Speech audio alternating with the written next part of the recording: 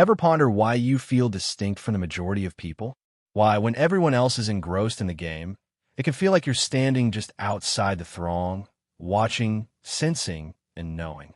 Maybe you feel alone or even misunderstood at times because of this. But allow me to make a suggestion. What you consider loneliness may also be a sign of a unique personality. A personality that is so out of the ordinary that it is difficult to conform to the social norms.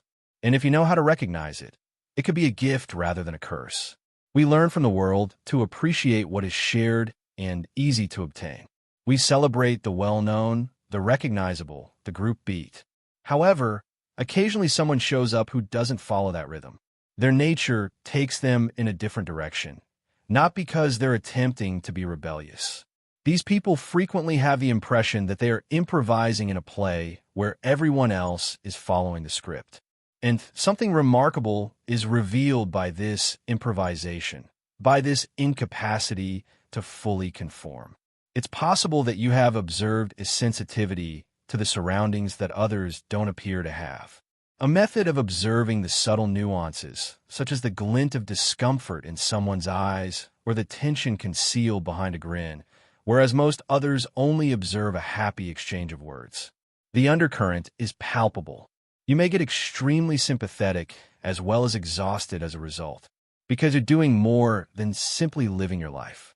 You are continuously taking in other people's energy, and even though most people ignore it, you can't help but notice. That's not weakness, my friend. Perception is a unique gift. However, there's a cost to this impression. It can be hard for you to appreciate the games that people play. Others appear satisfied despite small conversation, meaningless gestures, and social masks. You're agitated. You can see past appearances, and sometimes what you see makes you uneasy. You're forced to turn around and face the flames directly while the crowd revels in the shadows on the wall. What distinguishes you is this action, this refusal to be duped by appearances. It is also what makes your presence memorable, even when it may cause others to be wary of you or even feel intimidated by you. You also have an odd sense of independence. You may distance yourself from all of that, even though many people are yearning to fit in, be liked, and be validated. Yes, you may want for a connection, but you don't beg for it. You possess an inner well that cannot be drained, a self-sufficiency. And people take notice. They sense it even if they don't comprehend it. You seem to exude a subdued power that doesn't require shouting. Additionally, while this may make you admirable to some, it may make you terrifying to others. The slogans, prefabricated beliefs, and simple responses are difficult to accept. Truth is not something that is taught to you. It needs to be tried, tasted, and felt. Thus, you stray from the typical routes. Without doubt, you might wonder what everyone else accepts. You might feel driven to breach the rules in order to discover what is beyond them, not just because you want to. And even if this could lead to miscommunication or even opposition, it's this desire for genuineness that makes you stand out. Naturally, though, a personality like that isn't usually rewarded. It can sometimes make you feel alone. You find the chats that please others to be meaningless. The things that give them comfort seem meaningless. You so live in a peculiar state of tension, wanting to fit in but not wanting to compromise yourself for the purpose of doing so. This is a significant burden.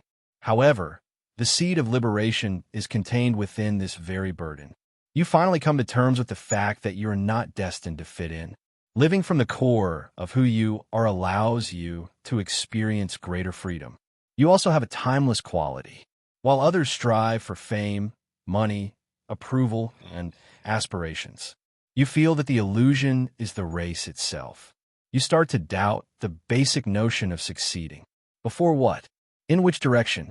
You see how people exchange the now for a hypothetical future, how they rush without knowing why, and you instead wish to linger, to breathe, to experience the depth of this moment. This refusal to join the race is not laziness. It is clarity. It is the knowledge of knowing that life is not a competition, but a dance. And perhaps you've recognized also that you cannot bear to live superficially. While others are satisfied with distraction, you crave for depth. You'd rather have one meaningful conversation than 1,000 shallow ones.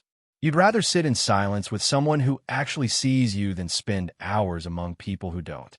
To some, this makes you overly intense. But intensity is merely the natural expression of your depth. You do not skim the surface of existence. You plunge beneath it again and again, searching not merely for answers, but for actual contact with truth, with life, with yourself. Although you perceive yourself as strong, you frequently feel feeble. You are unsure, but your presence guides others. You feel invisible, yet the people who do see you are deeply affected.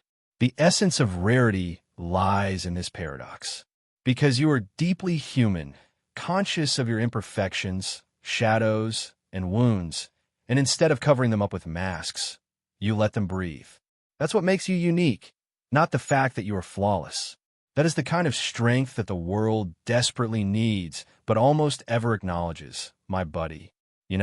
Sometimes what makes you unique is not immediately apparent. Rare personalities don't use neon signs or trumpets to make their presence known. They are silent, passing through the world hardly perceptible, yet with a depth that disturbs the shallow. You feel alienated from this depth. Yes, but it's also what gives you the ability to see what others fail to see. And once the truth is revealed, it cannot be hidden. Such a soul has something as both a gift and a burden. You may have observed how hard it is for you to put up with deceit, hypocrisy, manipulation, and dishonesty. These hit you more forcefully than others. You recognize the gap it makes between truth and illusion, not because you are naive. Some people could believe that lying is the norm, but you can't. Integrity is something that your inner essence yearns for. However, because it takes away the phony solaces that others depend on, this desire might occasionally make life more difficult.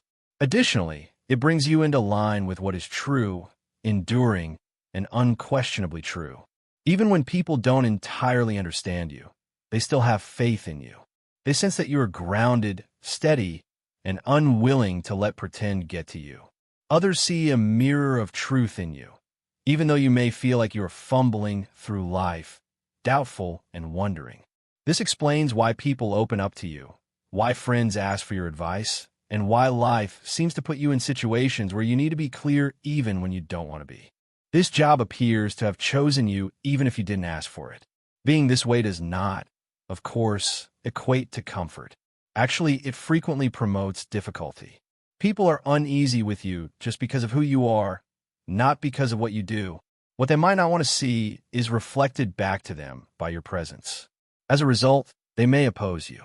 They can say you're too intense, too sensitive, or challenging. However, you're not the subject of these criticisms. They are barriers put up to guard brittle illusions. You won't take their resistance personally if you keep this in mind. You'll recognize it for what it is, the unease of those who aren't ready for your insight.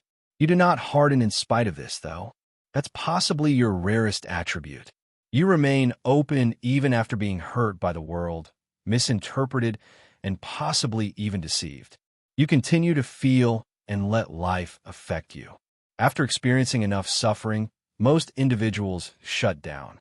They grow armored, skeptical, and unwilling to take a chance on vulnerability once more. However, you stay porous for reasons you might not even comprehend. Yes, it is painful, but it is also what gives you life. And the core of your singularity is contained in that aliveness. It is likely that you have heard the statement that you are unique more than once. You probably struggled with this title, wondering if it's a good or bad thing. Sometimes it's used with adoration, and other times it's used with skepticism. It is both, I promise you. The affliction of never quite fitting in is the gift of rarity. However, the blessing of never betraying oneself is also the curse of never belonging. It indicates that you will not become overwhelmed by the sea of conformity. The cacophony of the crowd won't cause you to lose yourself. There will always be a glimmer of genuineness within you. Being alone is nourishing for you, not because you don't like people, but rather because you need the quiet to listen to yourself. You rediscover what's important in that quiet. You recall who you are in that silence. Such isolation is intolerable to most individuals. They flee into never-ending diversion. However, you accept it in your own way. And it's this embracing that lets you develop in ways that most people can't. For you, being alone does not mean being empty. It's fullness. However, isolation is not synonymous with solitude. A connection, not just any connection, is what you yearn for. You look for depth, and it feels like a homecoming when you find someone who connects with your inner universe. Although rare personalities tend to have fewer relationships, the ones they do have are significant. These ties are serious. They change things. They transform you. They mold you. They make enduring impressions. For you, quality, not number, is what matters in a connection. And for that reason, you love deeply when you love. And you experience intense grief when you lose. Both are unavoidable, but this intensity of love also makes you wary. It is difficult for you to share your heart. You test, wait, and observe out of respect for both yourself and the other person, not out of fear. You know that genuine connections are precious, and you won't waste them on superficial ones. This makes you seem aloof, even distant to some. However, people who have gained your trust are aware that your cautious demeanor belies a really tender heart. And your strength is defined by this paradox, being soft on the inside and harsh on the exterior. A creative force is frequently present in rare personalities. This creativity is not always acknowledged, whether it is manifested in their simple way of living, ideas, art, or vision. Not always by you.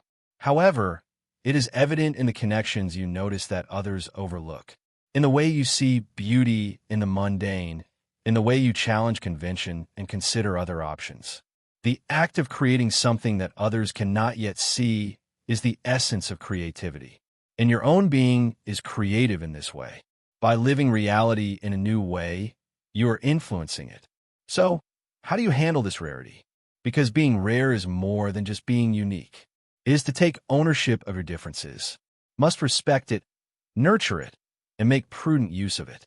You will endure unending suffering if you waste it trying to fit in. However, this very difference becomes your power if you acknowledge that you are not destined to follow the common route. You'll start to wonder why I should be like them instead of why I'm not. That change marks the start of independence. Of course, independence is not without its difficulties. It takes guts, the bravery to stand by oneself, to put up with miscommunication, and to travel unmapped roads. The majority of people choose comfort to freedom.